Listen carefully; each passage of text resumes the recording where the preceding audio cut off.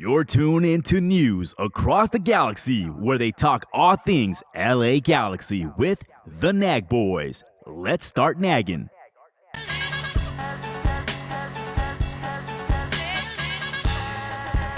What a ball for Ricky Peach.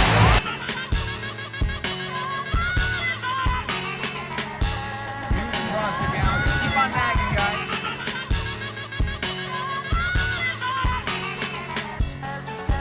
Your six-time MLS Cup champion, LA Galaxy.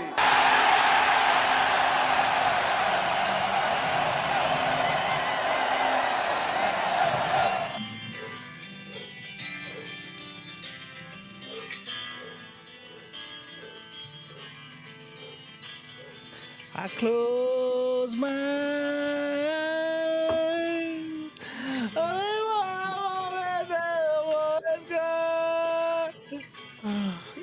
Where's the mute button?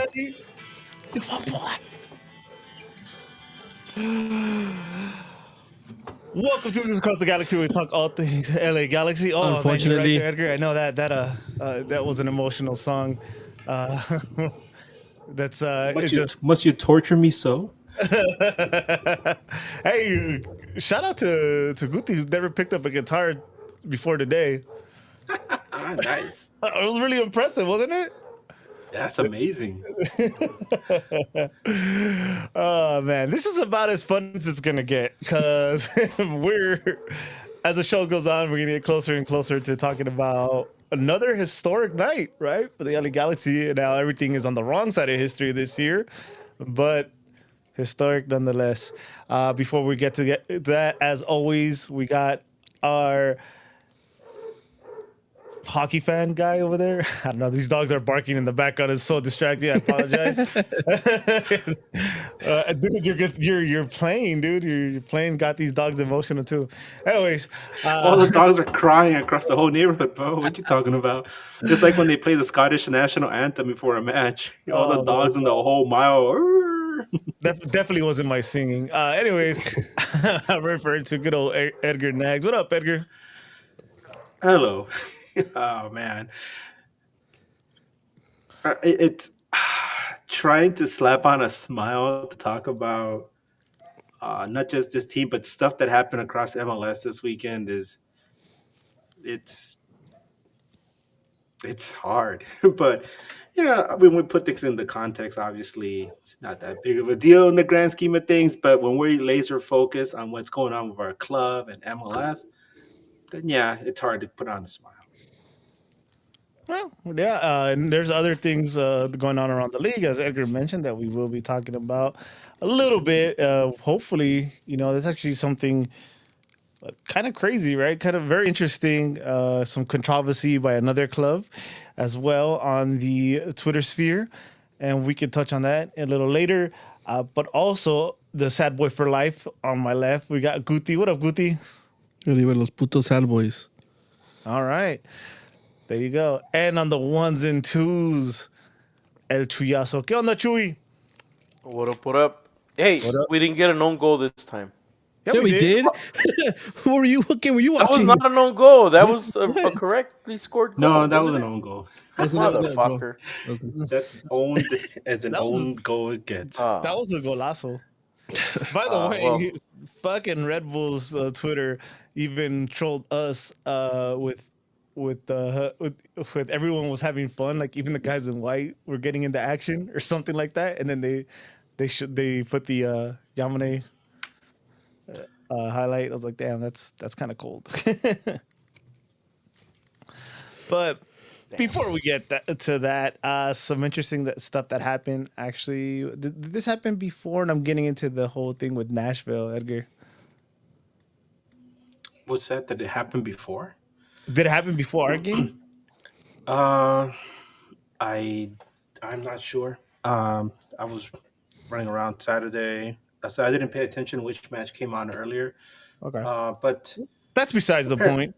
yeah, apparently, like a fella on Twitter or on Blue Sky actually, he posted, and I quote, "At the Nashville SC game, a giant flag for La Brigada de Oro, the Latino supporter section, which is not here tonight due to ice activity. NSC officials tried to remove it, but were met with vehement objections by supporters clubs who threatened a giant walkout if they did. So apparently, I kind of dug a little deeper. Um, there's like a lot of ice activity going on in Tennessee, particularly in Nashville, which is a pretty good sized city.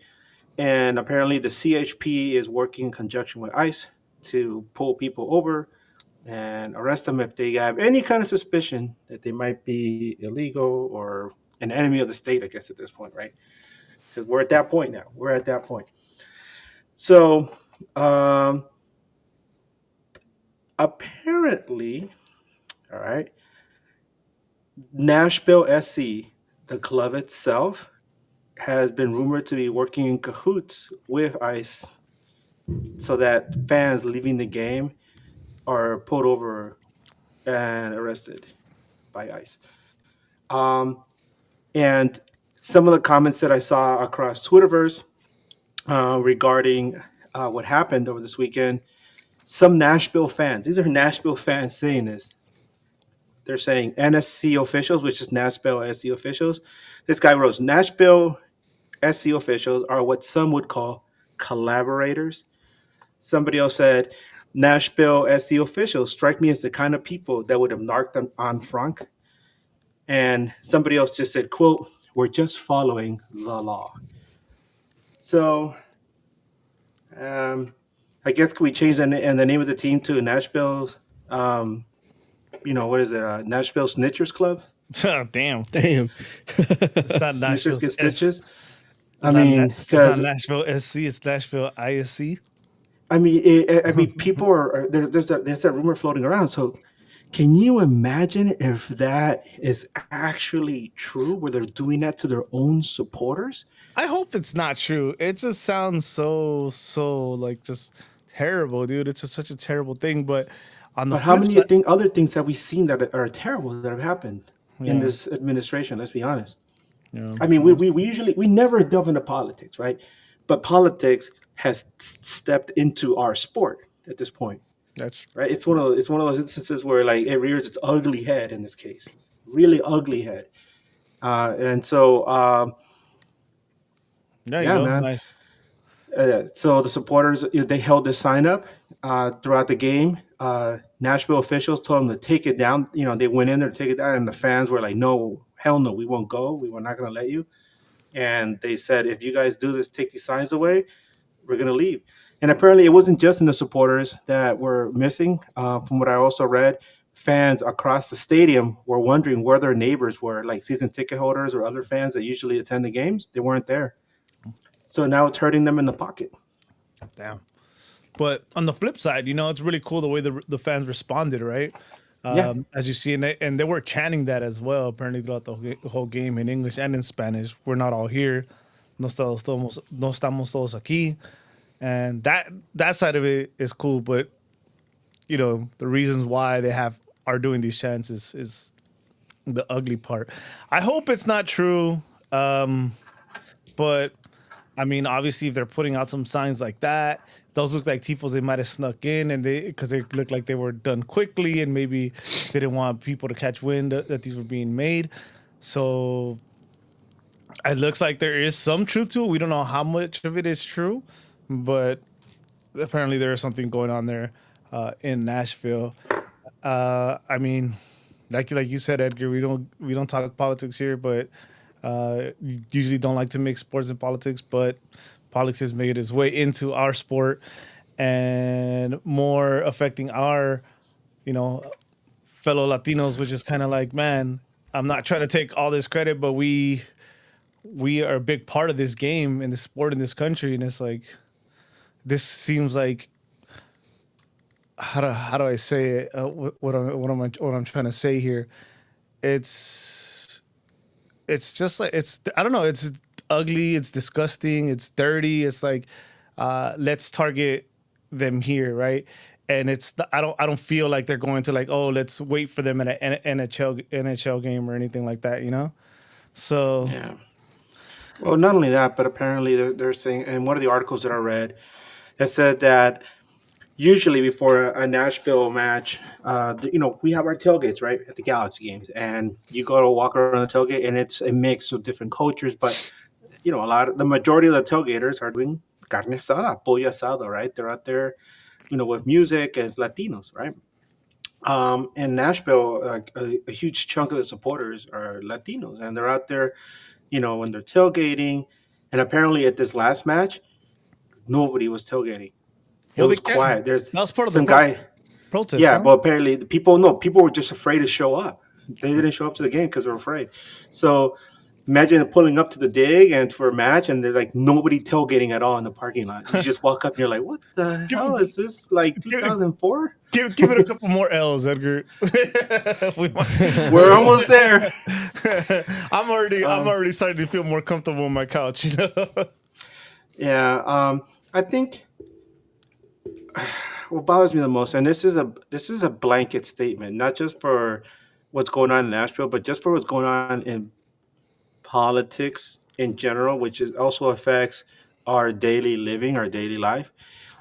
Even if you support whoever's in office and you voted for him, at some point it's gonna affect you, particularly in your pocket, your wallet. And you might ignore it, but it will at some point. But the thing that bothers me the most is there's a difference between the current administration thinking they're doing the right thing because they feel it's going to benefit everyone, and there's a difference between that and there's a difference between actually going out of the way to cause as much harm and pain and misery and be as cruel as possible to other people. And not only that, but to like go out with a vengeance against other people that don't see you eye to eye. um, and it's even affecting some of the red states from what I understood this past week. The presidential administration says that they want to make public lands across the Southwest open for logging and for oil. And places like Arizona and Nevada are like, what the hell are you doing? These are our public parks. Leave them alone. These are red states that are like saying, no, don't touch our stuff. But it's gonna get us at some point, whether we like it or not. I'm just gonna end with this because this, I hate talking politics and I hate Mhm. bringing it up, but it got to the point where like recently I traveled to Utah. Right, Utah is one of the 48 lower states. Well, I did something I never do when I travel across the United States, and that's I took my passport with me and I carried it with me everywhere I went. Even if I was just driving from point A to point B just to pick up a burger or to pick up some coffee, I was carrying my passport because God knows it's some Barney Fife looking motherfucker decides to pull me over and says I'm violating the laws of the United States, and I just like, hey, I'm a citizen, leave me alone. But even then, that's no guarantee, right? Because we've seen citizens get thrown in jail anyway. Yeah. But yeah, that's the truth of things right now. So I went to Home Depot today. The Home Depot here in Pomona. About 2 weeks ago, ICE came in there and raided it, took away a lot of people. I went there today to go get some things. I took my passport with me, by the way. Anyway, I went there. The parking lot was completely empty. Like nobody was there. And it wasn't just because it was Mother's Day. I mean, that place was dead. And I was like, damn. I wonder how Home Depot's doing with their sales and with people that are looking for a cheap contractor to come in and do some work that would cost a lot more money if you went and got like a bigger firm or whatever to do it. That's not gonna be there anymore. That's an ugly feeling. And then I'll close out with this. It's also like people like myself. I've kind of experienced. I experienced that here. Some form of racism. I experienced it in Utah in my one of my trips to Utah. So think about it like that too. Like you guys and not being able to feel comfortable in your own backyard. People that go to away games that travel. There's gonna end up being certain places where you're gonna be like, damn. I don't know if I really want to go there. That's not going to be a very comfortable situation. For example, if we would happen to play Nashville, how comfortable are we going to feel going there? But anyways, Well, yeah. One last thing. oh, By the way, something you brought up something that sparked a memory, and that was like a few weeks ago. I think it was 2, 3 weeks ago. They were talking to JD Vance, second guy in charge, and they're talking about the World Cup, and he made some stupid comment at the end of his press conference, whatever, where they were joking around. They were saying, "Oh, we're gonna invite all these different cultures and different people from around the world, 110 countries. People from 110 countries are probably gonna come down and converge in the U.S. And once the tournament is over, you know." All of you have to go home now because if we don't go home, we're gonna round you up and send you off ourselves. Ha ha ha ha ha! And they chuckled about it, and I'm like, that's not a joke. That's a threat. Sure. Yeah, I mean, who it's coming from, the the political climate right now. It's yeah, not a good joke. It's a disaster. All right, so let's move on for this. Oh, actually, by the way, if you're listening, because you got friends there, Edgar too. Charlotte, talk to your fucking admin. If you know who that admin is, in very bad taste. All right, in very bad taste. I'm not gonna repeat it, but go ahead and check their retweets as far as Nashville's concerned. Very disappointing. Please read the room. Yeah. So, anyways, moving on, guys. Moving on. So, I don't think I have much more housekeeping. So we could kind of get into this if you guys want to start, unless you guys want to buy some more time. Yeah, did we watch Backlash? Yeah. Yeah. I got to watch some. Before I knew the highlights were there.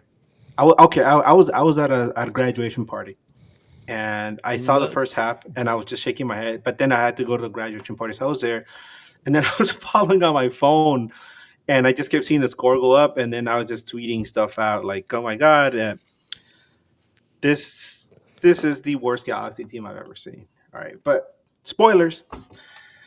Um, but at the end, it was yeah, it wasn't even laughable. Where I'm getting sympathy tweets from an LAFC fan, right? And then he said something funny, which I'm going to bring up later on, which I I think might actually happen. But anyway, as you guys see, the title of this episode is The Red Wedding. If you're a big Game of Thrones fan, or if you've heard about the Red Wedding at some point, you know what it means. If you don't, in the universe of Game of Thrones, the Red Wedding was supposed to be a wedding where like these two families were gonna get joined. It's gonna like consolidate power within a part of the universe or the world in Game of Thrones.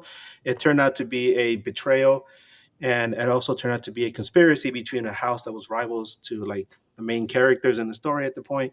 And it turned out to be a huge massacre where like the future king was murdered, his pregnant wife, his mother, his soldiers. They even murdered his wolf.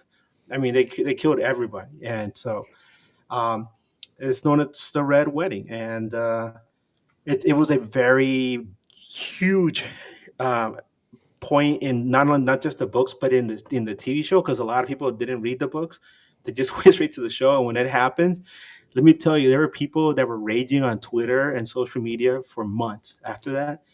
And so, if you know the Red Wedding, you know what it is. Well, LA Galaxy just went down Jersey for a rematch of MLS Cup '94. I mean, 2000, 94, 2000 I sorry, wait. MLS Cup '24. Yeah, MLS didn't even exist, right?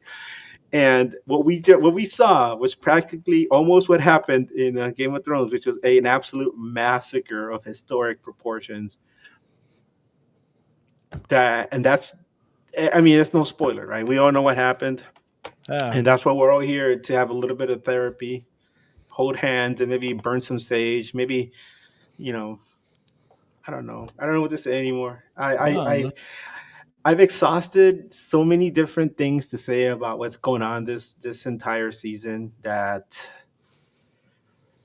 in my entire lexicon of like things to say, I don't know what to say anymore. So let me sit here and ponder a bit while Eddie has his say. I guess I, we st- I should. still don't believe, real quick. I still don't believe that Edgar has nothing to say. But okay.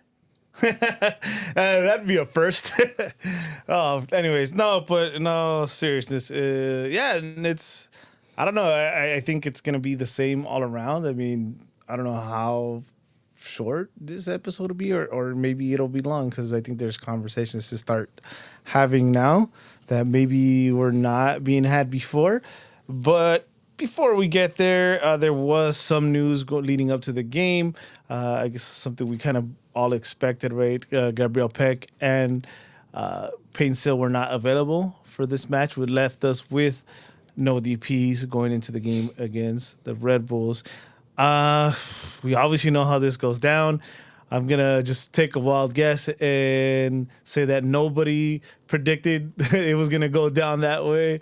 But once you heard these two guys were out, uh, how did you guys feel this was gonna go? And let me tell you guys, in my own crazy head, I told myself, of course, this is the game we win. I literally was going in there. I'm like, we're gonna win this game.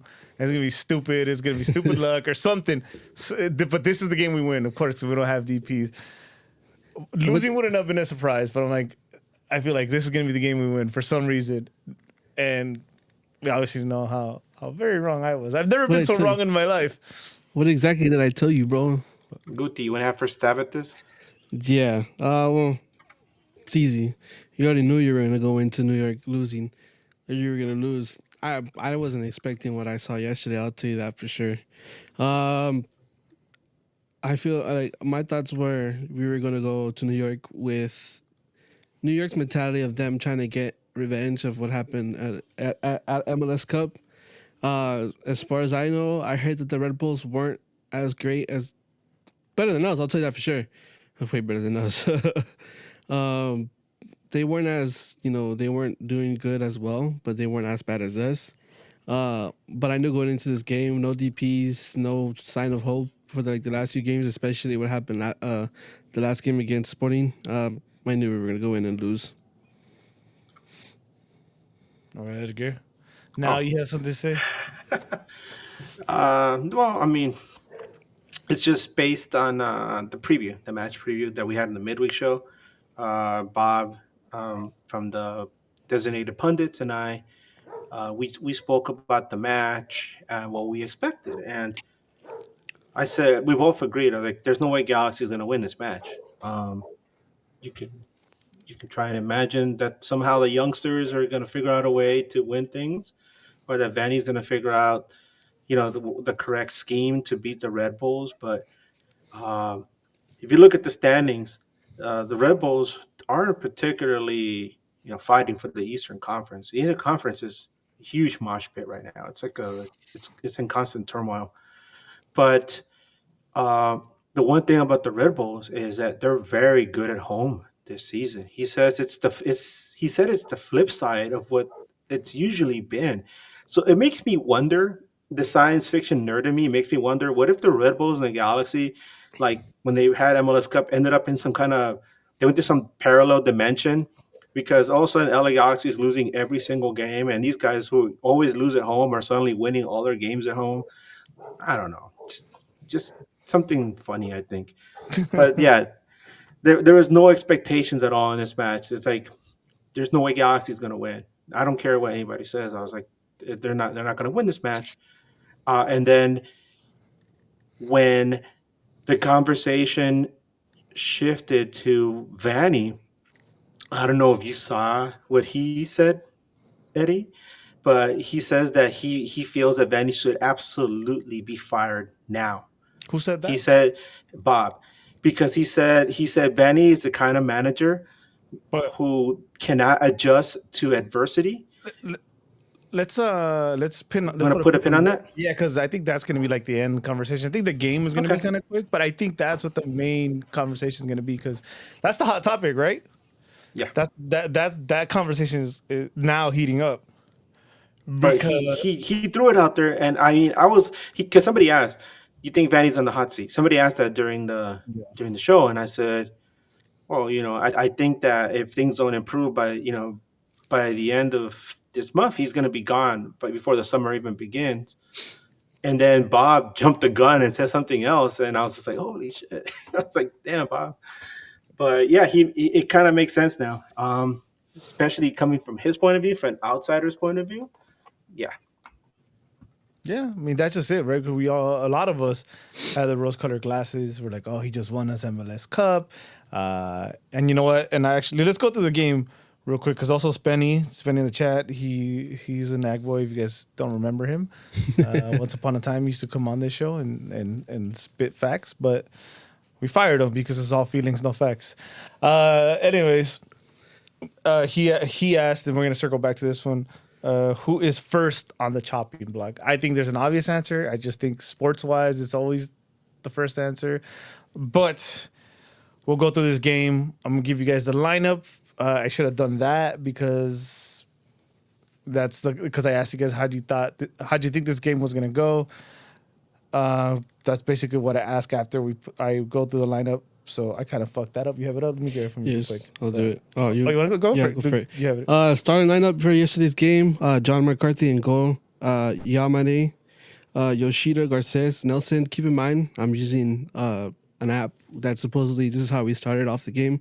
Supposedly in a 4-4-2. I don't think that's how we started. So it was Yamane on the right, Garces and Yoshida in the middle, and the center our center backs.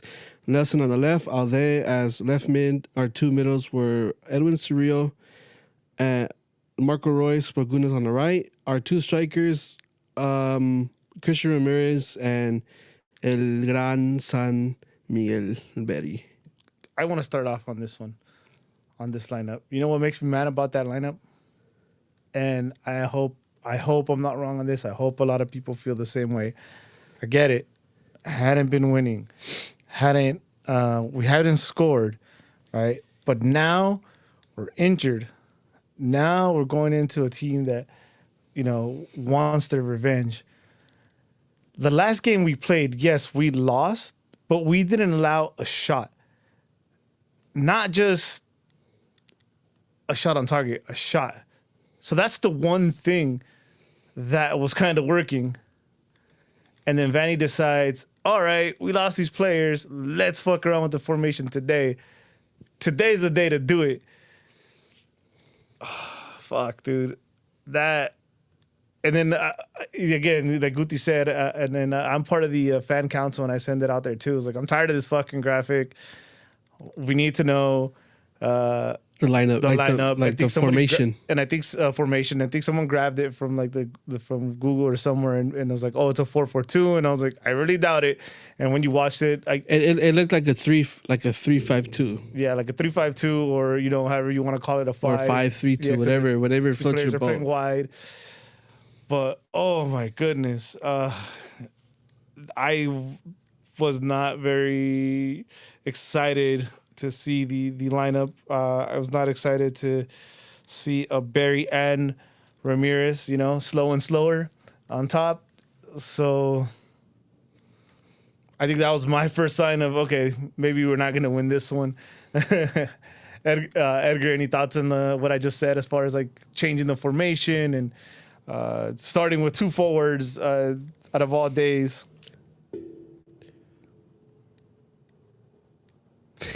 Oh, you're muted, Edgar. You're muted. Can I say Sorry about one that. thing? Go ahead, Guti. Can we look? This whole two striker thing has never worked for us. Even when we had Dejan Joveljic and Chicharito up front, has never worked for us. On Vanny's system. It's always been a 4-3-3 or just a one main striker on top. I don't know. I don't want to be that person because I get it. Manny won us the cup. He's dealing with a lot of things, but it's like I know damn well he knows that the two strikers on top has never worked for us, and it's the first thing he does. And another thing that I didn't like was you had no one out there. You got, like Eddie said, slow and slower. You got Barry and Ramirez up in front. And I've been pushing this. I just, what is it so hard to start Nascimento? This is the point of the loan. You gotta experiment. This is the time to do it. If he really is a bust, all right, cool. Try him out. You don't like him, you sub him out. You bring in what you have, and when the summer comes, send him back. Just end the loan. That's simple as that. By the way, Edgar, did you see the comment Spenny dropped on you there? He said, "Red Wedding, mastermind by by Kunz Lannister." Oh no, that would make sense. Bastard. Oh man. No, I Guti said exactly what I was gonna say about Nacimiento. Um, but yeah, it's Nacimiento. Apparently, Nacimiento. Perdón. Nacimiento. Perdón. Oh, Uy. Perdão. But yeah, no. So the first thing that struck me was the fact that Nacimiento wasn't in the starting lineup, and I right, just reminds me of what Eddie had mentioned that if he's not getting starts over Barry, who's no, he's not the greatest thing, right? Then something's up. But at the same time, um, just put him out there. I think we'll probably see him in the next match against Philly. I think Galaxy's not going to win that game. They're not going to win. I don't care of what anybody course says. it's the one They're we're not going gonna to win that game. win. Of course, So it's the just go moment ahead, where the minute we just go throw ahead him and there. just put him out there. And it reminds me kind of like when Corton Alfo was in charge of the team. Oh, Remember? And they're G2. just throwing all the youngsters out there and to see what sticks. Yeah, man. Remember those days? Those days we had the great Jack McBean, the Villarreal brothers, Oh Diop in man, goal. Who else was there? Bradley Diallo. Oh my God. what a What a team. fantastic teams, What what man. a an MLS team. best What 11. a fucking team. Oh Jesus. And I don't know. I don't know if anyone. I've told Eddie this, but I've never been a fan of five in the back. I don't know if that was their intention. I knew it was three or five. You can say whatever you want, but that's my problem. Was because you put the wing backs, your wing backs, and like in this case, I think what we saw yesterday, um, I don't know. It was You just know, a disaster. you know what sucks about that formation too? Like, there's a lot of people, myself included, because I think like we got to get the offense going, and I think like Alde gives you more. And as much as we love Johnny Nelson, I think we need like Alde out there. And I think this was a bad showing for Alde, and it's hard for me to judge because this is not how I want to see him to start. I don't want to see him play in this formation because it wasn't just him. Everybody was just like Out of no it. man's land. That first goal, that guy, what was his name? Chupamote, He walked it in. literally, Whatever like you nothing. want, you call me a hater, whatever you want to. I'm not trying to discredit the goal, but come on, dude. He You walked. know, you know who got his. I mean, who got completely destroyed in this game? I mean, I was gonna say this for later because I was gonna mention it in the awards, but Go ahead, bro. let's be We're honest. all over the place like Yeah, yeah, Galaxy right now. No, no, no, no, All no, right. no, no. At least we have more cohesion than the LA Galaxy does. Let's be honest. I mean, we do our research. I mean, at least we know what we're talking about. Like we're like we discussed before we come. We're going to talk about this, this, and this, right? And then we have a structure to the show, right? What we saw yesterday was no structure at all. They could put out the lineup, but in the end, it was a bunch of guys. It was like watching kids playing We don't AYSO. put Guti a They're just producer. chasing the ball around, right? So the one thing I noticed was that you know who got his lunch handed to him was Garces. And here's the thing about Garces, right? When you joined the team yesterday, I mean last year, especially at the end of the season, the LA Galaxy only lost that one game to Houston, right? The entire time he was with the team. And he looked fantastic. He came in there, he looked more dynamic, he looked exactly what the He was a team favorite. needed at that exact time. But I don't know what happened between then and the start of the season, but the Garces we're seeing now is nowhere near where it is. And at first I thought that maybe he was just having trouble adjusting to, daily Formation. grind and MLS, the weekly grind, right? But then you start hearing Banny talking about how, he's upset with him. And what I've been seeing was that every week that goes by, it seems that we're getting diminishing returns from him. And he's gotten worse, progressively worse, week in, week out. And no matter how fast this guy is, because that's what he was doing, right? He'd go up the wing, and then he'd rely on his speed to come back to try to chase down defenders. But good managers will adjust, and they've made adjustments. And my God, they ate him alive in this game. Almost every goal went through him.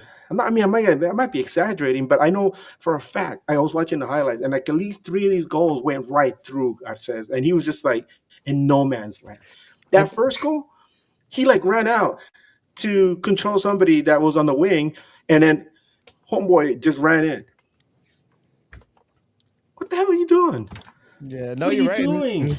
And then I mean, Zonko, say whatever you want, obviously, but he's played around the world and he kind of had comments about Garces as well. So yeah, something interesting there. I mean, what it could be is the way the middle dominated last season. Garces didn't get as challenged. He wasn't hit on counters the way we're being hit.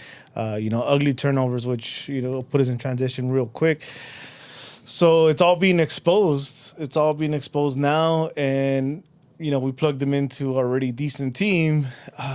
And then again, he was also the measuring. What was the measuring stick, right? It was. And sorry, no disrespect. Sorry, Jalen, but like Jalen was, being it was very questionable at times. Obviously, Zabaleta is not the guy we're gonna rely on, and then Casares was just couldn't stay on the field. So the bar was really low. He was plugged into a good team, so that's just reality. I guess is hitting now, but Y- I mean, I take that. I also take that back a bit because I forget. Also, remember it was supposed to originally be a loan, and they did see something special in him. They're like, oh, forget it. They triggered the buyout before he even got here, right? It was originally a loan. You could literally look it up. There was reports that it was a loan, mhm. a $5 million buyout or some whatever clause, and they were like, "Oh fuck it, let's just trigger the clause," and they ended up buying him before he even got here. So You know what was the craziest thing about the whole thing with Garces last season was that the team got him right before they went to Vancouver last year, which was like literally like the fourth or fifth game of the season. And we did not see that dude until sometime in late summer for like a little stint. But he did not become like a starter until like three Leagues Cup. games before the end. No, but like a full starter. It was like after Neo like had a bad showing and then they decided to put him in. Um, so that's wow. I think that was kind of interesting. By the way, you brought up Jalen Neal. Guess what? Jalen Neal had his first start with Montreal, and guess what? They You won. won. now that's right. Thank you. Jalen is a double agent. You know why? Jalen helped get that shutout, so we can solely be on the history books as the worst start in MLS history. Good looking out, Jalen. So now the Galaxy stand alone as the I team with the stand worst. alone. Uh, I mean, are we gonna really go like goal to goal from goal to goal? We're just gonna point out things because one thing I do want to point out is that Christian Ramirez miss as well. I don't know if you guys know which one I'm talking about, but there He had was like two or three. oh no, there was one where he was played through on a one-on-one, and dude, that ball is still in orbit. He shanked the shit out of that ball, and I want to say the game was like at 2-0 at that point. And I was just like, dude, what the hell? For a Well, guy that's supposed to Galaxy, be you're right, dude. Galaxy had their chances. They had their chances, but um, what's been the recurring theme throughout the season? Everything that could go wrong for the Galaxy could go, is going wrong. Every break that they would got in the past, they're not getting this year. Um, Going into MLS Cup, one of the things that Bob told me was that Coronel is very streaky, right? There's games where he's really good, and then there's games where he'll fuck up at least once or twice. He even told me, he's like, expect him to mess up at least twice in this match in MLS Cup. And for the most part, he did okay. We can't really point at him and say that's the reason that the Redbulls lost MLS Cup. But in this match, he made some great stops, man, on free kicks, on some shots. the And surreal so shot. yeah, that's a real shot. So Galaxy weren't doing themselves any favors, but Coronel was also doing his part to make sure that his team would maintain their lead. So it's a combination of different things, and but good teams overcome that stuff, right? They find out ways to win, or a team, or not even a good team, because you don't have to be necessarily good to win a match. You can be lucky, or you can be assertive and take advantage of opportunities and jump on them. But I don't see any of that happening in this team. And by the way, to put things a little bit in perspective from a different point of view, uh, at the beginning of the season, one of the teams that was making a lot of noise was Atlanta United, right? They got Latte Love, they got Miki back, and they seem to be one of the teams that was going to be fighting for the Eastern Conference. Like everybody was saying, it's going to be Inter Miami, Charlotte, Columbus, and Atlanta. You look at the standings, you look at what's happening to Atlanta right now, they're on fire. I mean, and I don't mean like on fire, like a It's, good thing. it's If being you know burnt anything down. about Don't history, say fire. Atlanta burned to the ground in the past. Right now, Atlanta, that club is like literally on fire. They're not in good shape, and I know that they're podcasters. You know, they reached out to me and they're like, if it wasn't for you guys, like people would be like looking at us as like the worst collapse of the season. Oh, that kind of sucks. I wanted a happy ending for them because I like me. You know, I was like, oh, I'd be Yeah, doing this Mickey's a good bad. guy. Like here he goes, and should have stayed in Newcastle, buddy. Oh Bro. my god. So 3-0 at halftime, complete collapse. You know, all those goals are just easy like butter. You know, just played through, walked through. I think they were all inside the 18. And I love my Galaxy. Guti loves the Galaxy. Me, Guti, and Sam were watching this game together. Sam came up with the idea, let's go get donuts. And I was like, fuck it. It was not even halftime. I'm like, let's go. And none of us fought it. Like, let's just go get these fucking donuts, dude. Cause that was just not fun, dude. It was not fun. This team was not this team from the first half seemed like From the they had first no fight. from the first minute. Yeah, it didn't seem like we were ever gonna be in this as soon as that game started. And I felt like, dude, why should I waste my time watching this fucking team that is not fighting for that badge, dude? It's to be a Galaxy player should mean something. Should mean something. We know what the final score was. Fuck the injuries. Fuck the MLS the league kneecapping us. Nah, dude. This is unexcusable. Unexcusable. But the donuts. Shout out Simone's Donuts. Yeah, I think so. Magnifique. Yeah, I at the half I saw the score and I said, yeah, there's no coming back from this. It's funny because when it was 2-0, right? Because that was a score that Bob and I both predicted. We're like, it's gonna be 2-0, and he even messaged me like, "Yeah, I've covered my, because he does odds and all kind of stuff. He's like, oh, I've covered my spread. It's 2-0." And at that point, he even messaged me. He's like, all Red Bull has to do is now just sit back and and ride it out. And I'm like, if only. uh, Why did they yeah, three listen to you, zero. Bob? Yeah, 3-0, and I was just like, damn, I got, man, I this is got, I gonna got, get ugly. I got a question, guys. This Yeah, came to man. me. You guys don't think MetLife was available? Motherfucker scored a touchdown on us, bro. They might as well just play. Oh, they did. They did score a touchdown, and the extra kick. I mean, the extra point was kicked by Mickey Yamane, obviously. Yeah. Oh, gee. Oh man.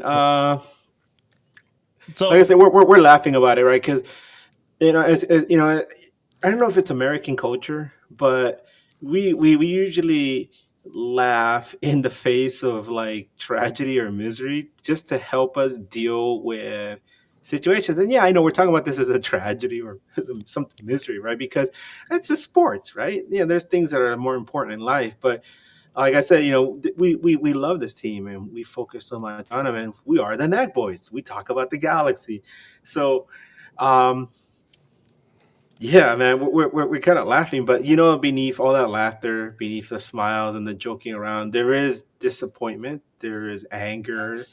Um, I mean, that's what I feel more than anything. I feel this. I feel like a lot of disappointment. Simple people ask me, "Do you feel, is it time to panic?" I'm like, I'm not even panicking. I'm just really angry and I'm disappointed.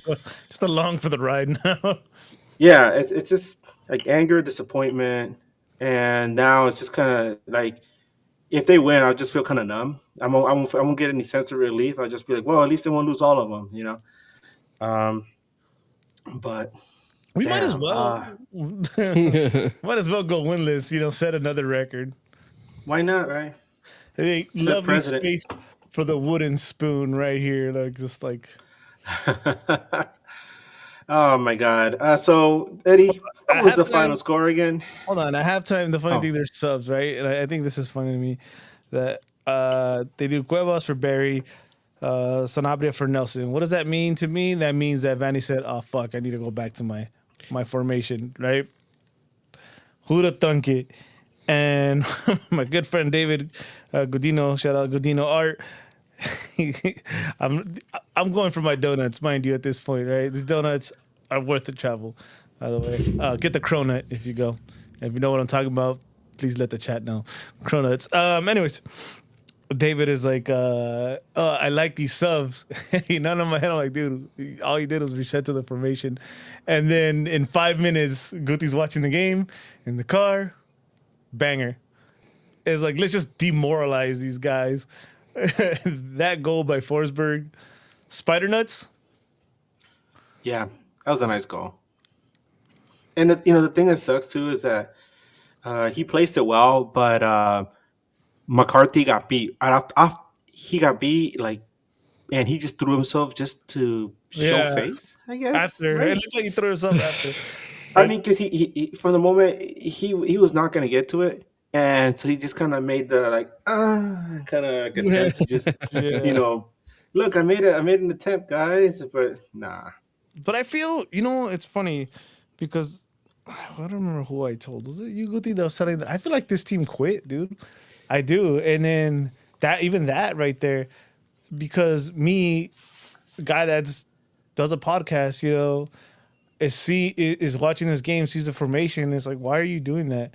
Right. And I'm sure the team also feels the same. It's like, why'd you do that? And then to prove us right, you fucking do the subs at halftime. You know what it reminds me of? You know what?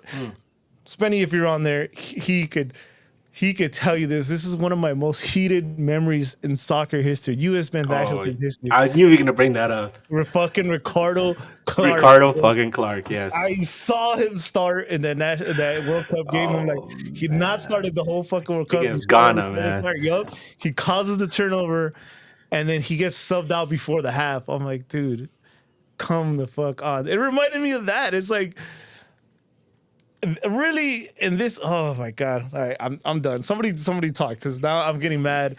I'm going back to things. All right, let me just talk a little facts here, because obviously the final score was 7-0. We already know that. Touchdown, Red Bulls.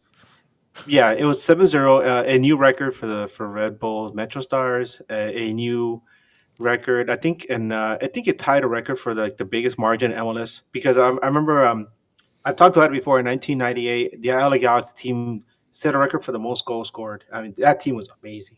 8-1. At one point, they beat Dallas 8-1. I remember that game.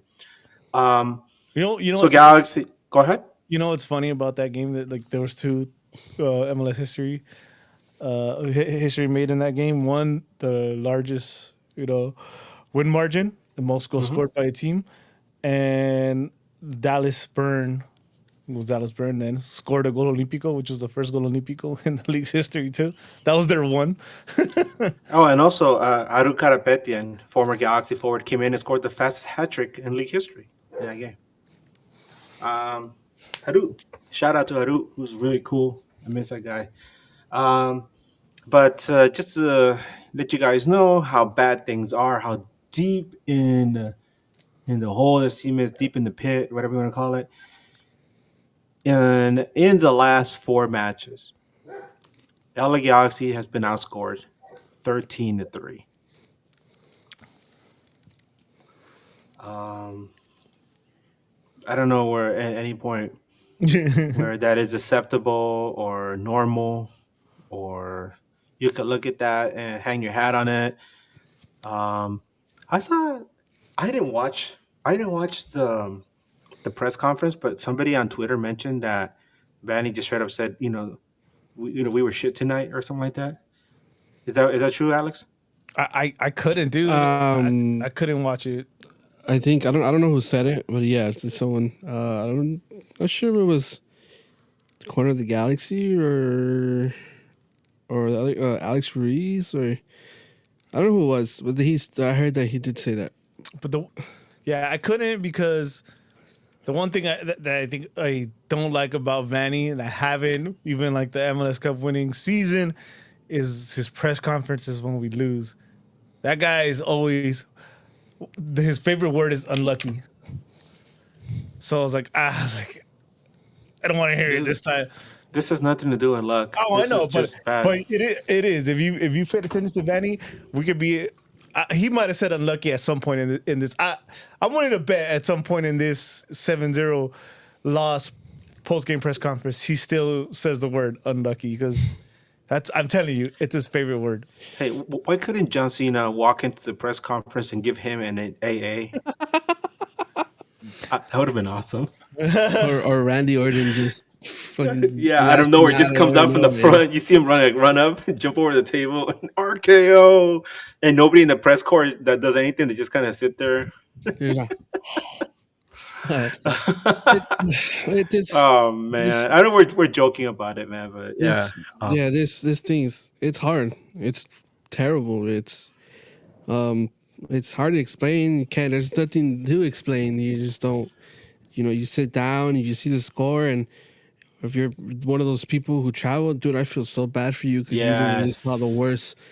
You saw one of the worst performances ever. But it's just the like worst. No, this is the worst the worst. performance Yeah, ever. exactly. Yeah, but it's Man, imagine like this was your first away game. yeah. Oh man, I feel so bad for you. Hey, Yeah, you know what? Let me. This proves my point about every away game you go to, you always manage to have a bad record. Hey, But no, on a real scale, on a real thing, I've tortured myself and tried to finish off the game because I just wanted to see how bad I get.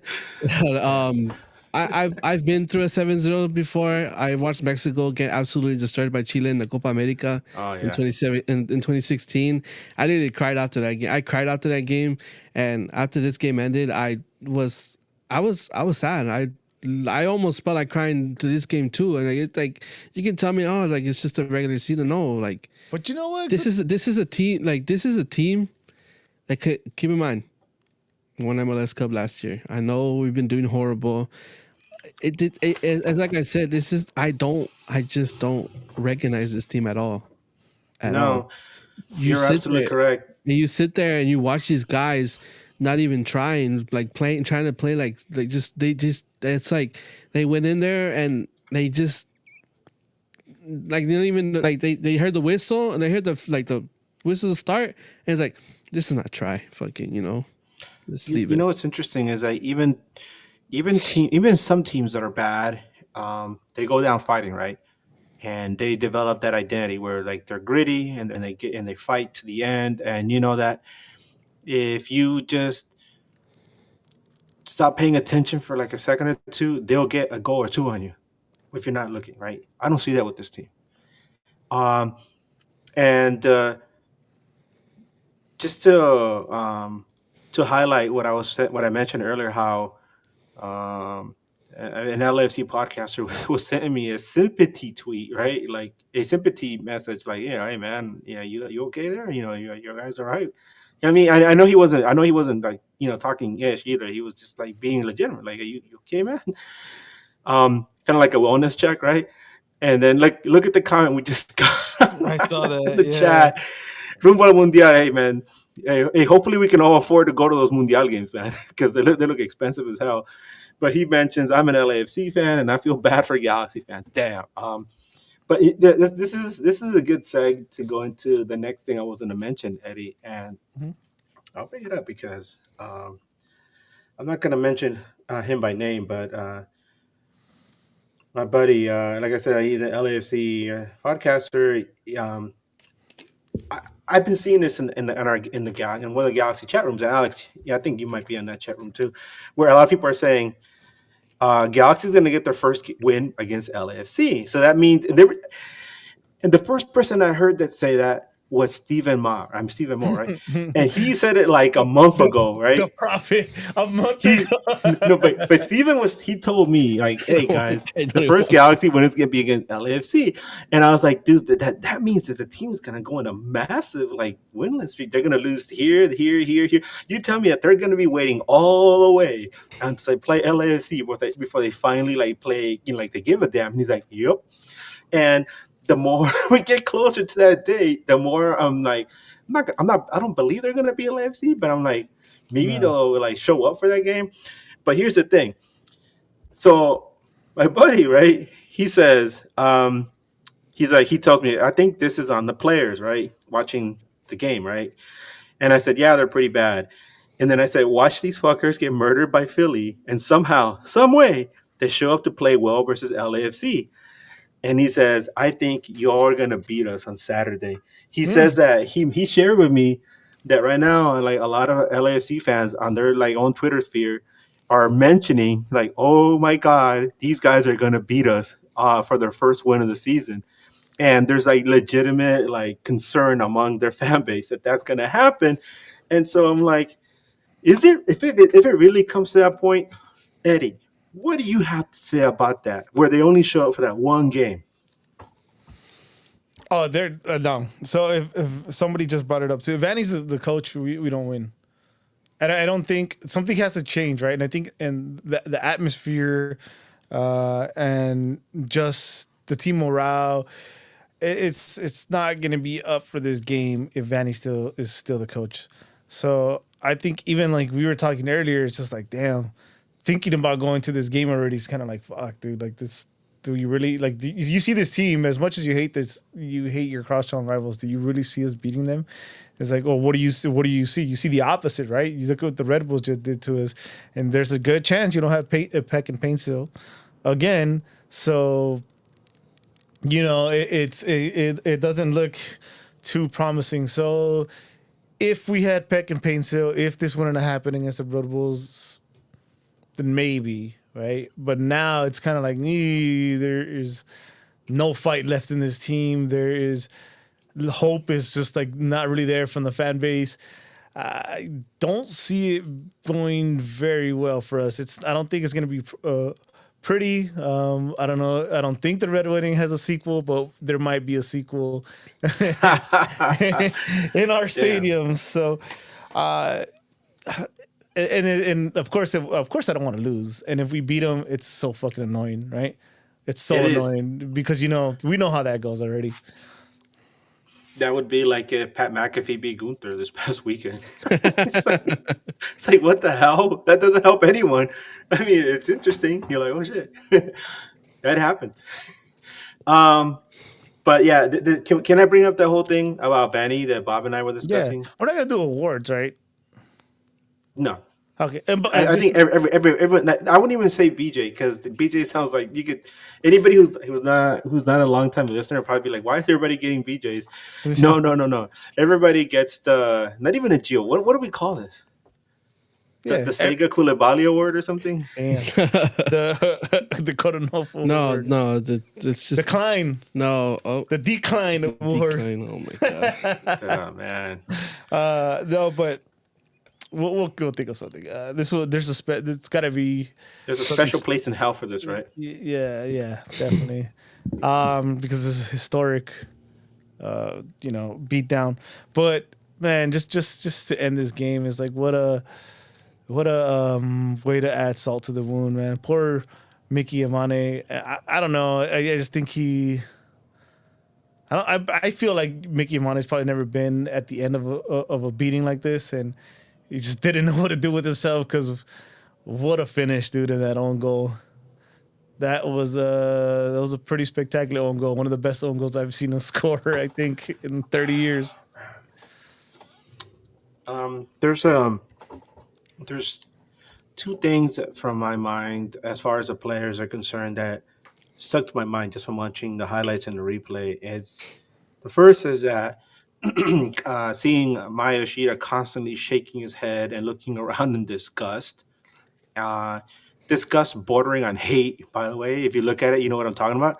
Because disgust was one thing, and another thing is hate. And you could tell, like, he was like starting to creep into a point where, like, I hate being here at this point in my life right now. I hate this moment. I should have We've all retired. been in that. We have all been in a situation where like this is hell. I hate this. I don't want to be here right now. I wish I could just vanish, right? And but he looked like that.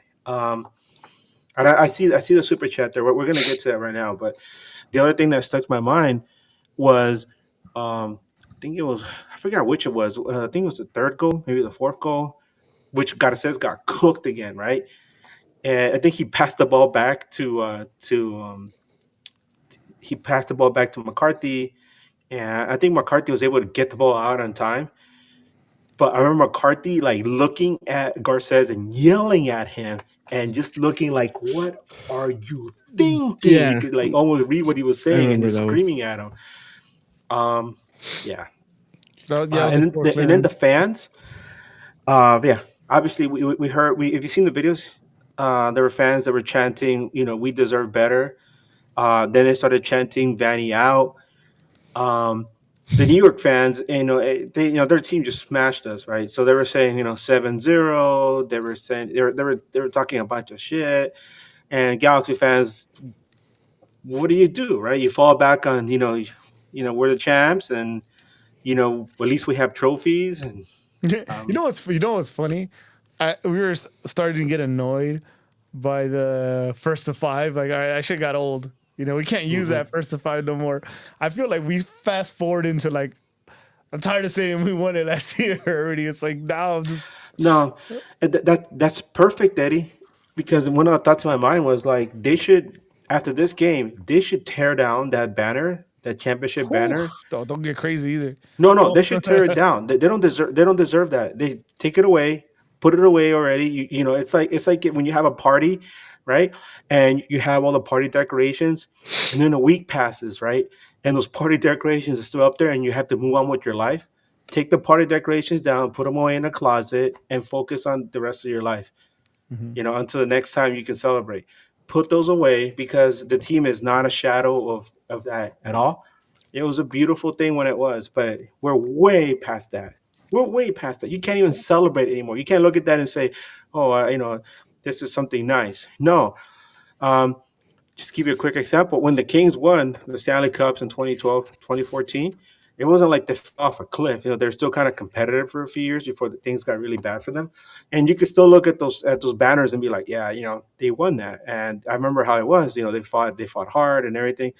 Um, and you can still look at them and be like, it's a source of pride. I look at that 2024 banner and I'm like, what the hell was that, man? Did that really happen? Put it away right now because it's embarrassing that you're getting destroyed on the field, but you're not showing any semblance of being a champion at all. Um, you want to address the super chat?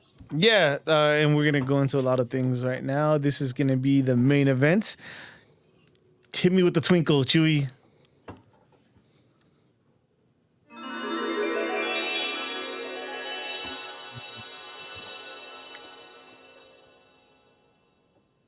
All right. So Adam, $2 super chat asks, "Are you guys still Vanny in?"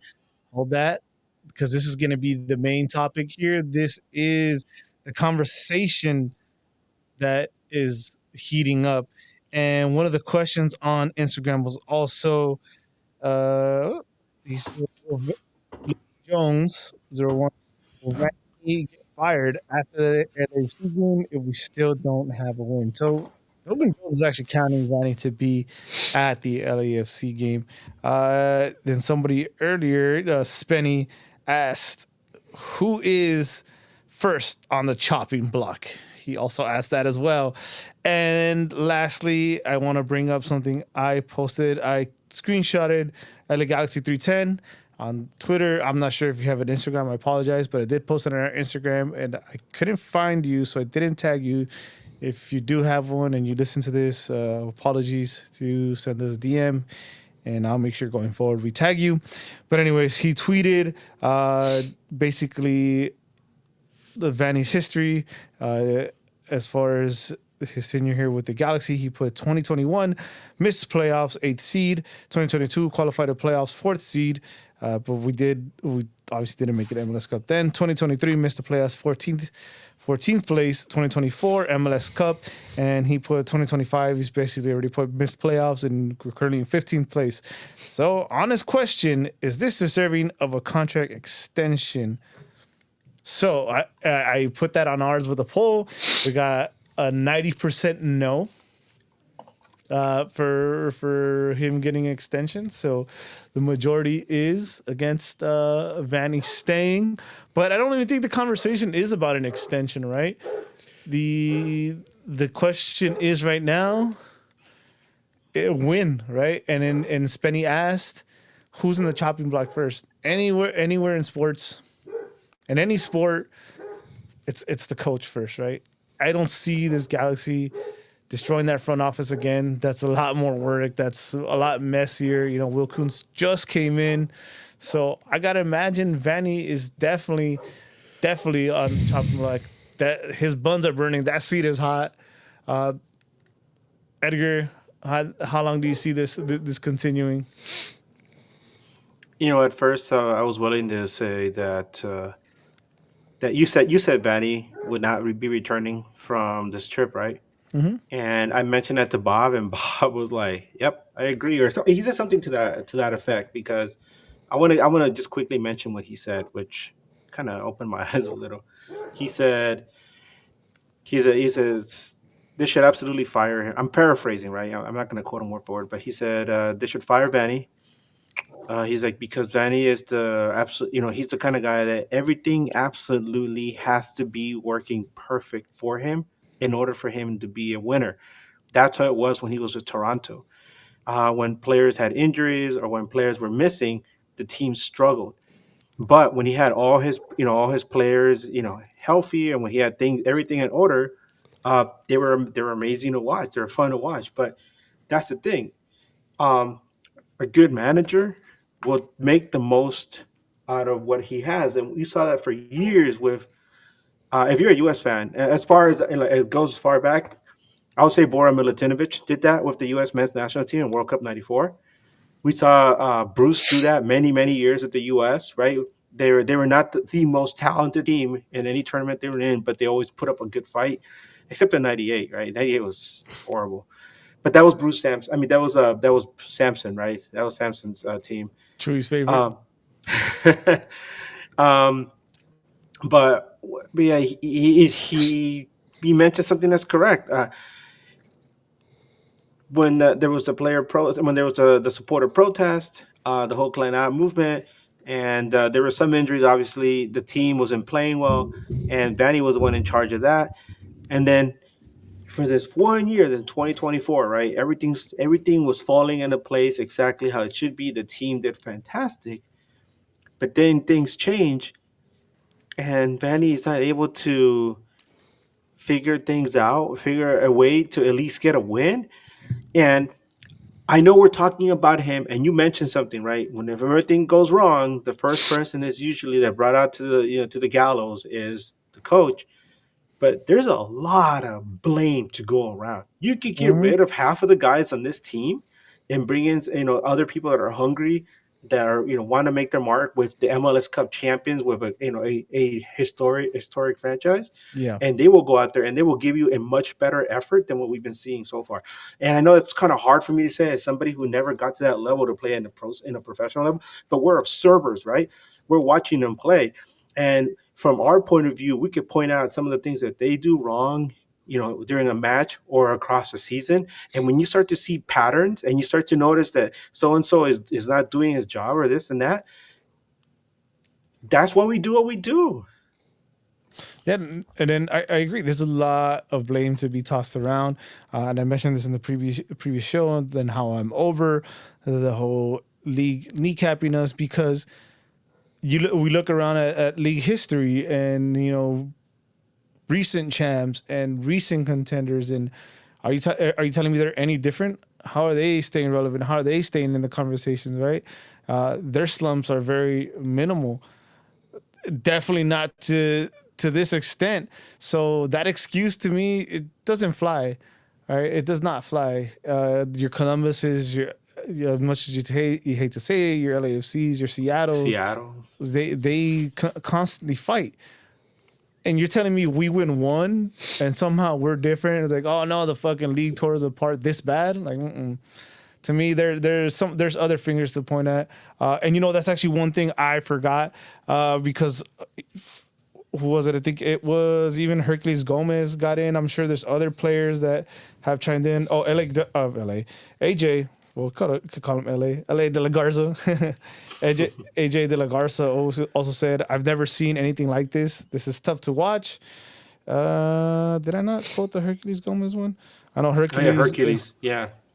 Hercules did say something, but it didn't screenshot it. So I Oh, mean, I can bring it up while you look for something else. yeah, and then Alexi Lalas even, Alexi always has something to say, but Alexi poked fun too. So this is it's inexcusable now. You know, definitely I feel. Found the Hercules post. Okay, go for Yeah, it. You want I'll to go do? for it, man. I just found it too, but go ahead. He said, "Before I was a player, I was a fan. I saw my first game in person at the Rose Bowl when I was 16 years old. I can confidently say that this is the worst LA Galaxy I've ever seen. Terrible. It goes beyond bad luck with injuries. A grossly mishandled team." Yeah, and I don't want to just. I'm just gonna mention what I posted too, and I mentioned this before the 7-0 because it was like 5-0 at this point, and I posted this is by far the worst Galaxy team ever. There's no redeeming this team at all. Worst ever. Yeah. Yeah, no, I agree. We've even like back in 2017, and you got your moments in 2023. Um, winless in 12 is embarrassing. It's Yeah. sad. There's no at that point. There shouldn't be like if you're like. I think the thing that what Eddie is saying is that um, there's no excuse for this. There really isn't. There shouldn't be an excuse. The fact that we haven't won a single game, we let. I remember we let a fucking game. We let a game. How do I say it? We let a game slip out of our hands at home. It's yeah. Well, It's in I'm case gonna. I'm, anybody needs a reminder, by the way, I think this is what you're talking about.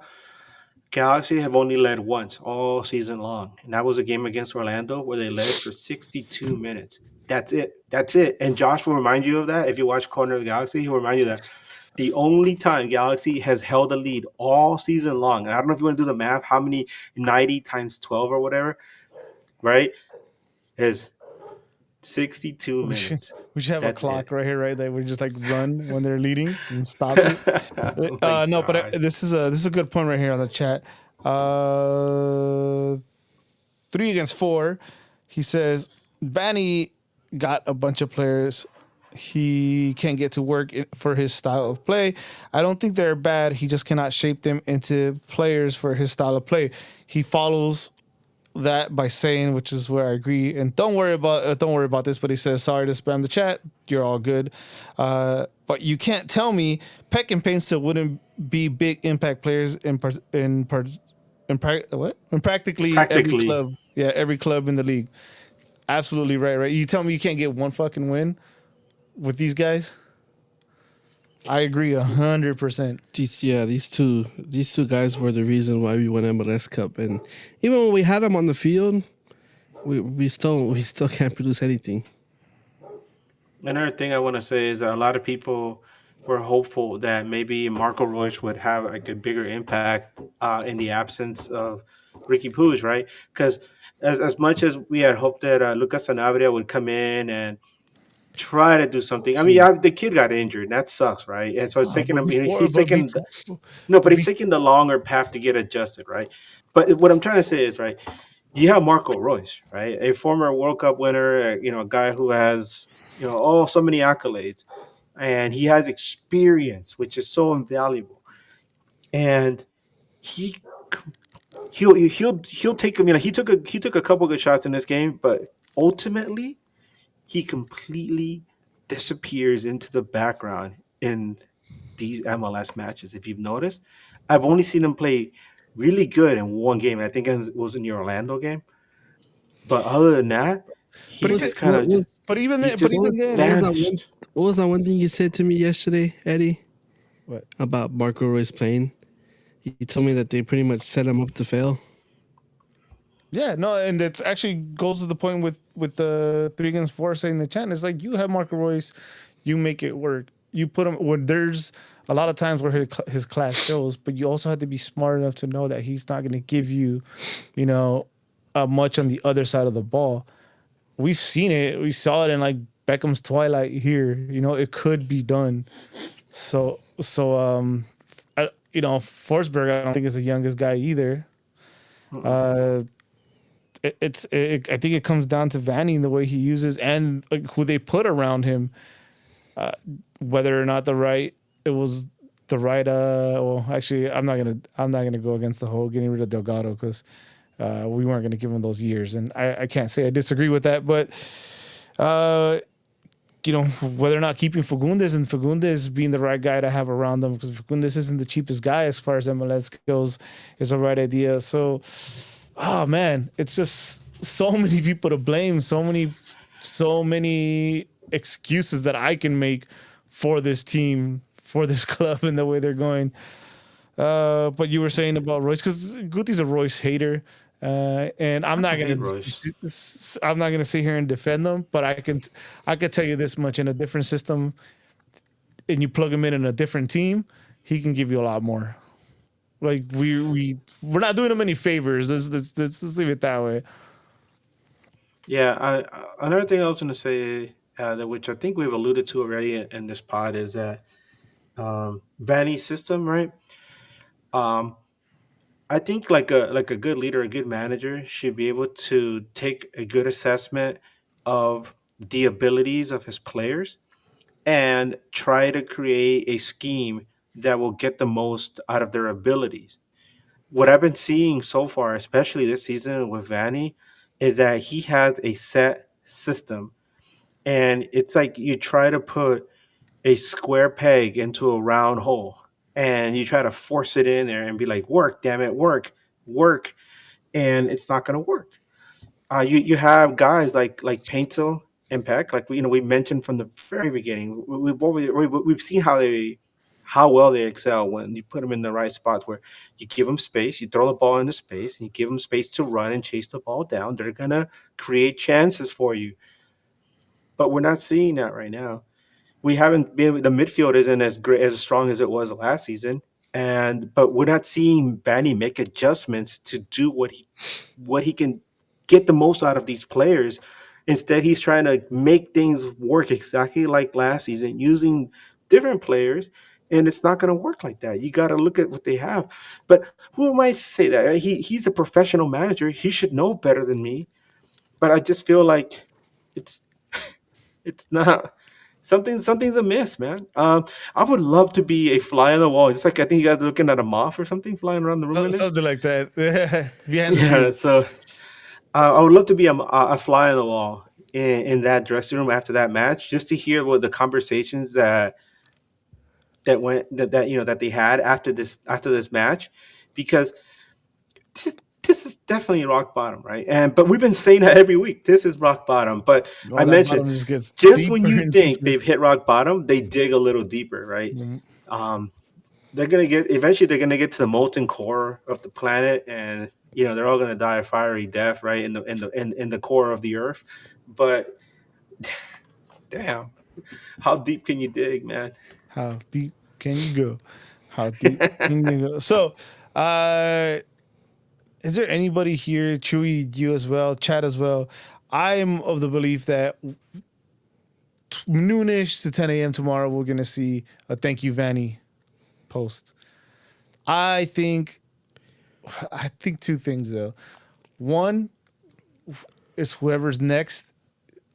If we're gonna move in that direction, you got to give him enough time because supposedly we have all this money and all this cap space for next season, right? So no excuses next season. So we got to give the next guy enough time to get to know these players and ask for exactly what he wants and start building in the summer onto next season. Two is that right guy's got to be available. The name I throw out there again because he did a lot with a little is Jim Curtin. How realistic that is, I don't know, but that's the guy I'd go for next. That or Jurgen Klopp, but that's just like, Hey, he's linked to Red Bull though. well, fuck it, whatever. A man could dream. DP coach. But is there anybody here that disagrees on Vanny making it past this road trip? And I'll give you guys up to this road trip. like, I think Yeah, no, yeah, I think if we don't get that message, uh, by tomorrow morning. Thursday morning for sure will be the day they officially cut him. Yeah, yeah. Because I, there's like I said, there's because no winning in Philly. so there's yeah. So my thing, what I said last week was that if he didn't win against LAFC, they would have to fire him. But I see Eddie's point about him. He has to be let go before the derby. So it's either tomorrow or Thursday morning. I agree. He does not make back this road trip. He does not make it back from this road trip.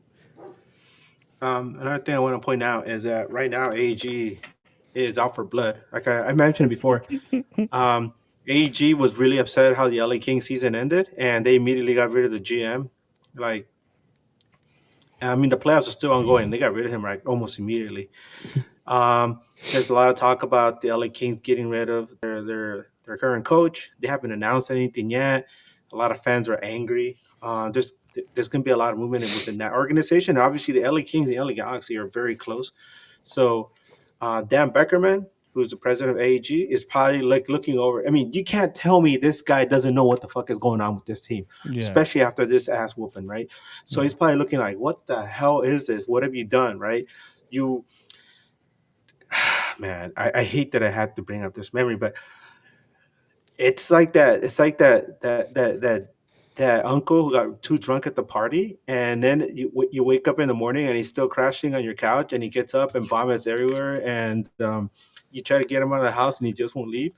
That's the that's the 2025 LA Galaxy. It's like they got they didn't know they couldn't handle the alcohol So after this uncle got you the best Christmas gift though. Let's cup it out. Just like damn right. you gotta have but that too. But I'm just saying, like it's like, damn, man. Um, and I see some of the people mentioning, like, no, Peter Vermees, hell no. He's gonna want too much. Tab Ramos, Tab baby. Ramos, I like Tab, but no thanks, no Tab, Man, no no love Tab, for Bob Bradley. no Hell no no. Tab Ramos and he's nepo baby. Um, but there's another name I want to bring up, and that's Vanni Sartini. Vanni No, Sartini would be I'll tell you. so I'll tell you. quotable, No, I'll man. tell you why not, Edgar. You ready? Why? I use an recent NBA reference too. Mark Jackson getting fired from Golden State, dude. What did that do? That was like it as good as Golden State was. It was Mark Jackson, I think, all along. It looks like Sartini might be the same thing. I think Vancouver's already good, and it was him that was holding him back. So I'm gonna go ahead and pass on that one just for that reason alone. Looking at the way Vancouver's performing now, But I'm gonna. Galaxy's not good at all. I know that, but I'm saying that there's proof that he's not a great coach. It's all right. It's Well, all I right. mean, obviously, Jim Curtin would be number one, right? I would say Yeah. Benny's. I think Sartini would be like a good number two, and then Jurgen. Klopp. That'd be awesome, right? If we got Klopp, and another name people keep bringing up Jurgen is Klinsmann, Jurgen Klinsmann, but is he still tied with South Korea? Xavi. No idea. No, Xavi, Xavi. man. Hey, what other names are out there? Though? I got you. I got you some perfect names. Perfect names. Hugo Caleb- Sanchez. Caleb Porter. Caleb Porter. Caleb fucking Porter. Hey, they had him in a Laker game, right? Hell Was that the last bro. one? Giovanni Savarese. Yeah, no, he's good. He's good. El Piojo. No.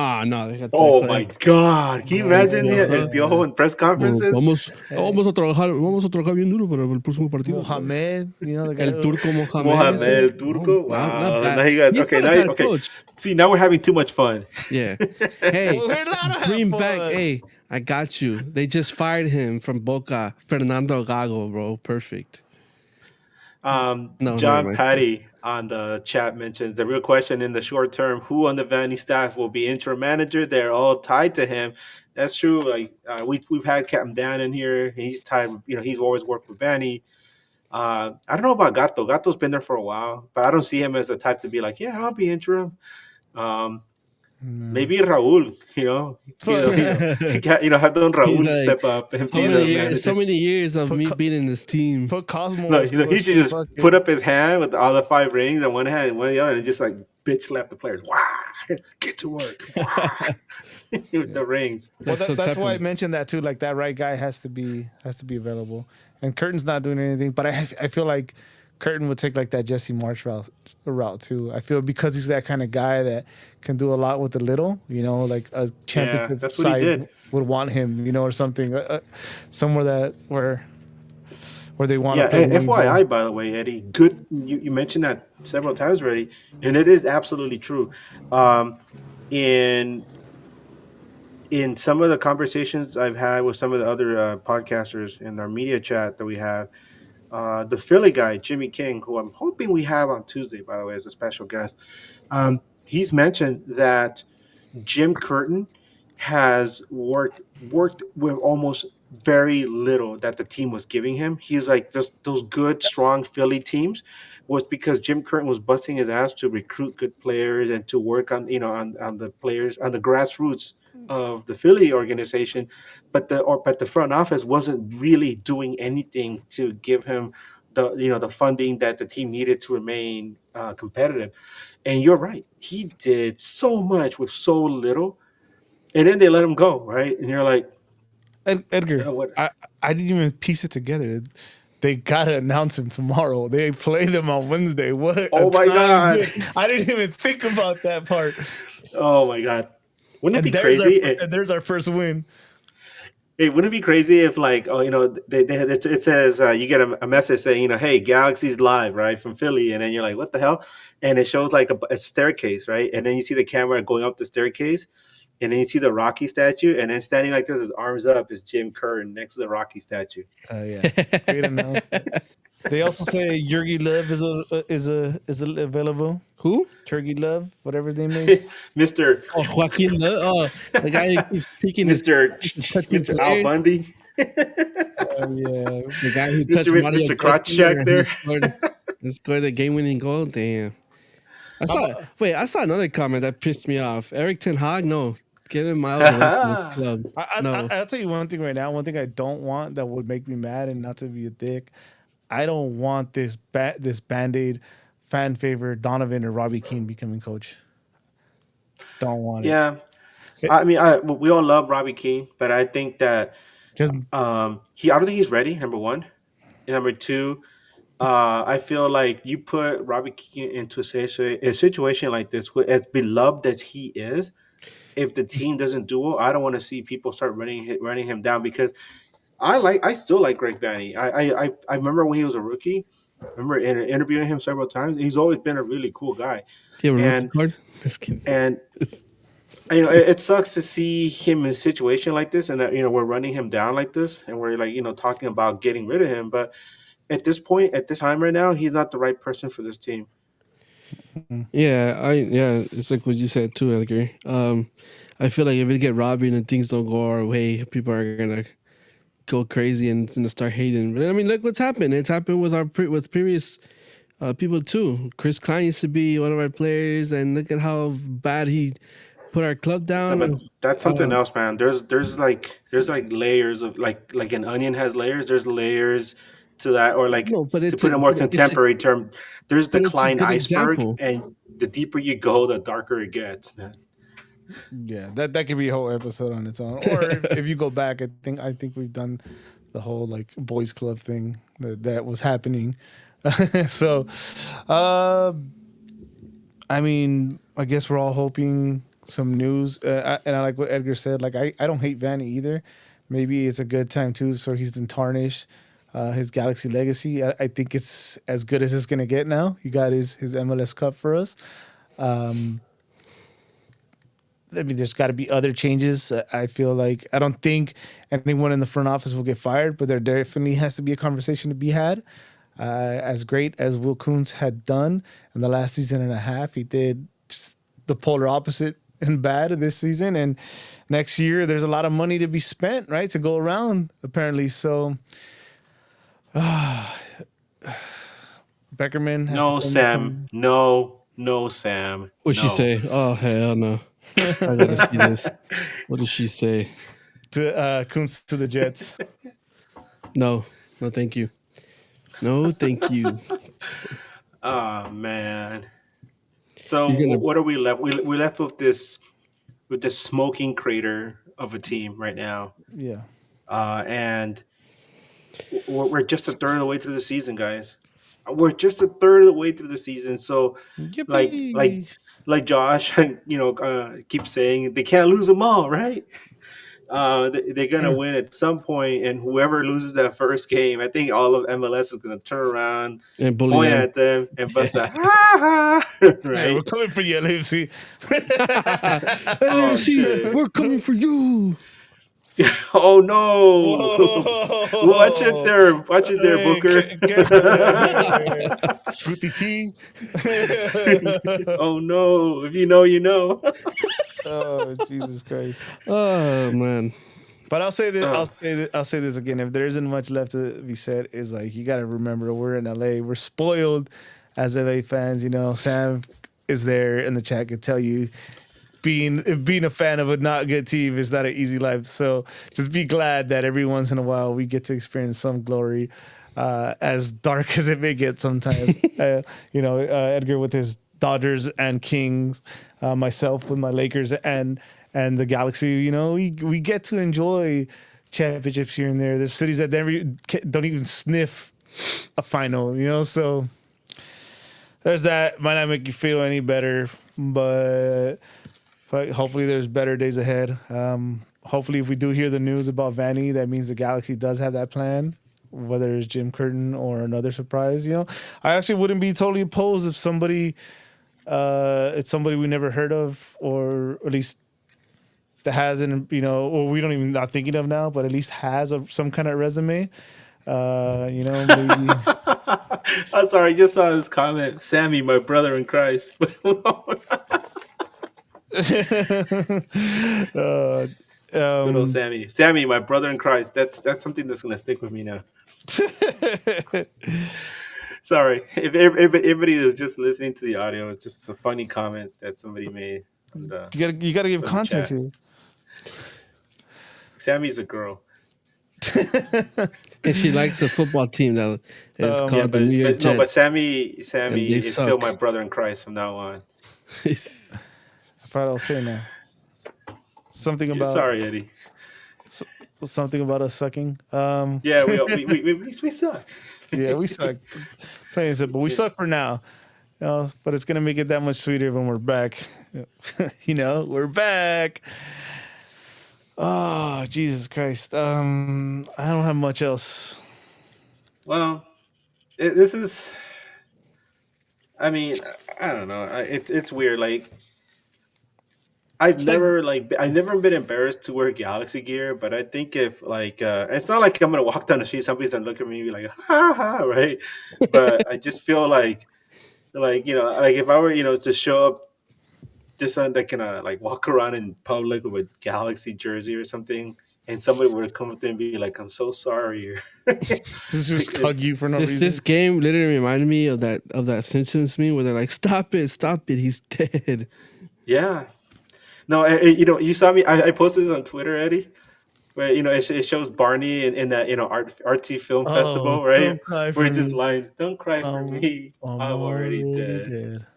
Somewhere we Yeah, used to go. I wanted to make so many references, like I was gonna age myself. Like the go for it, man. man. I wanted Nobody's to. older than me.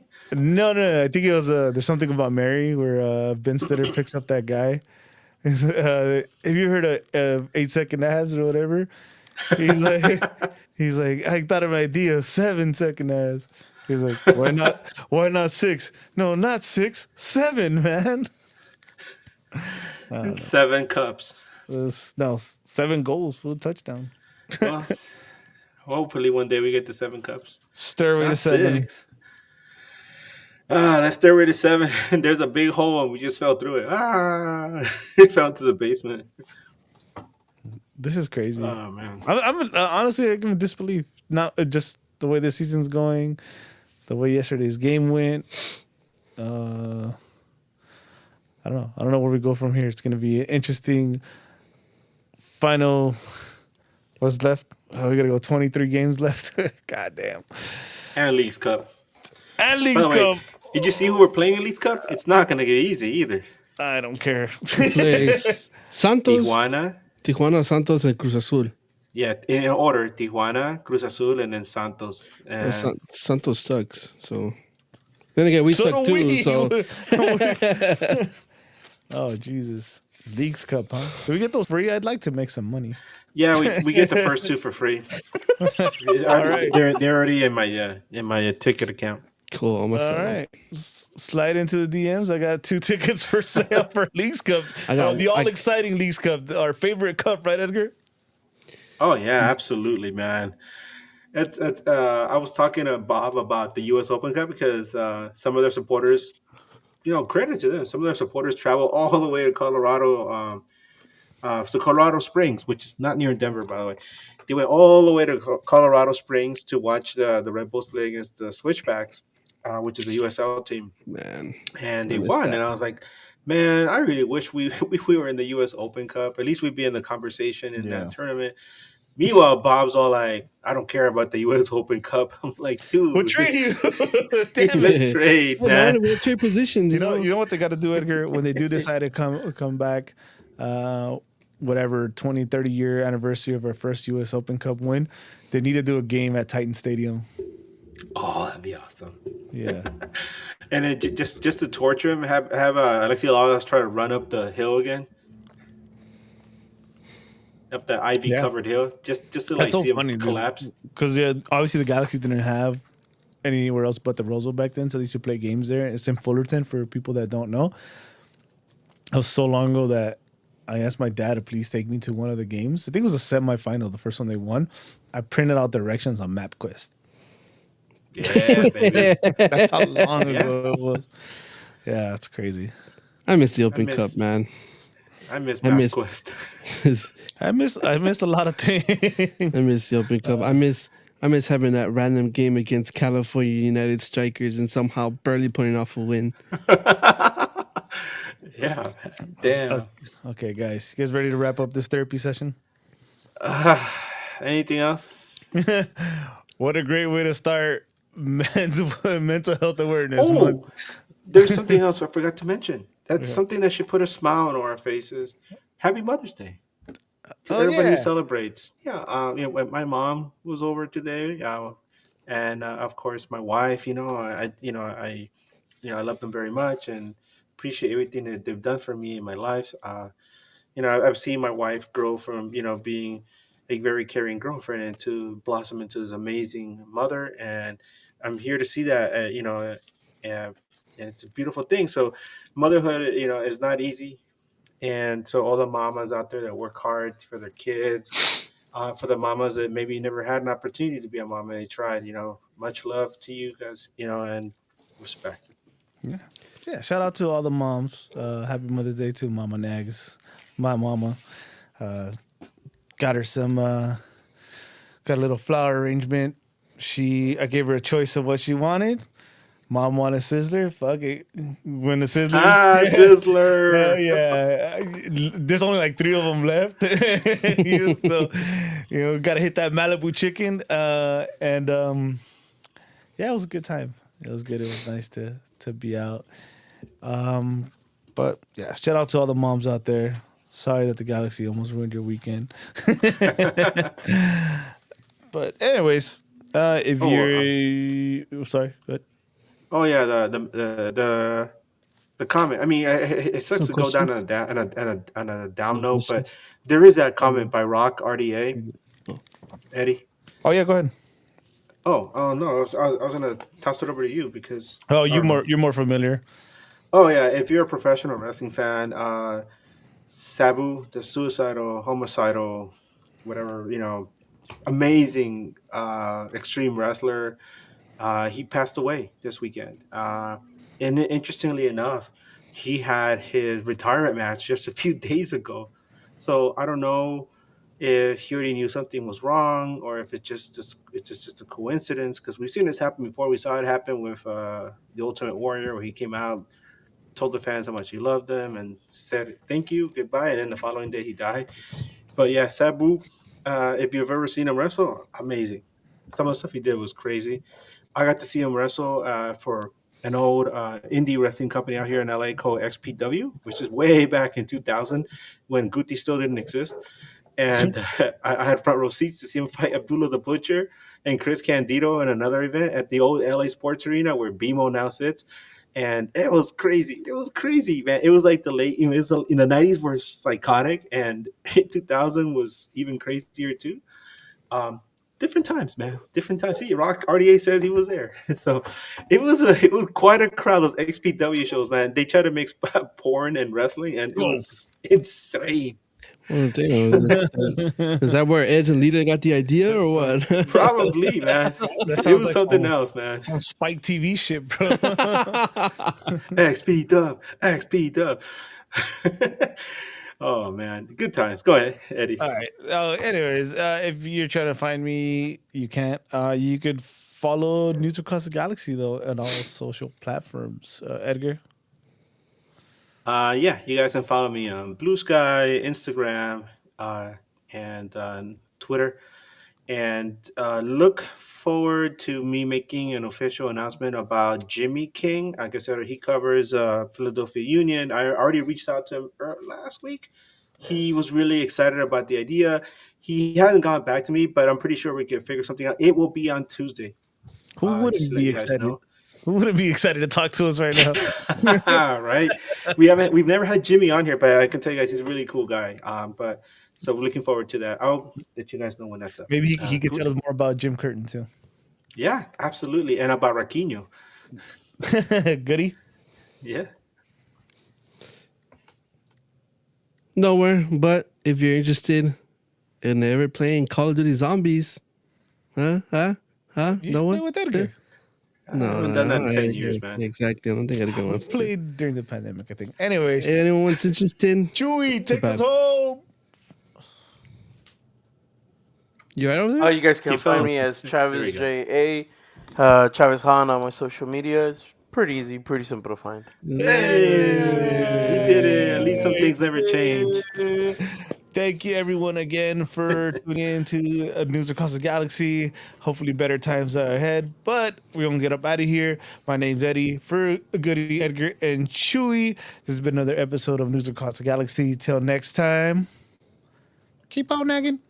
Cero Miedo and Wu-Tang for life. Arriba, los sad boys. If you see a guy wearing a Penta mask walking down in a dark alley in LA, pretty sure Say, it's Mas Eddie. pendejo.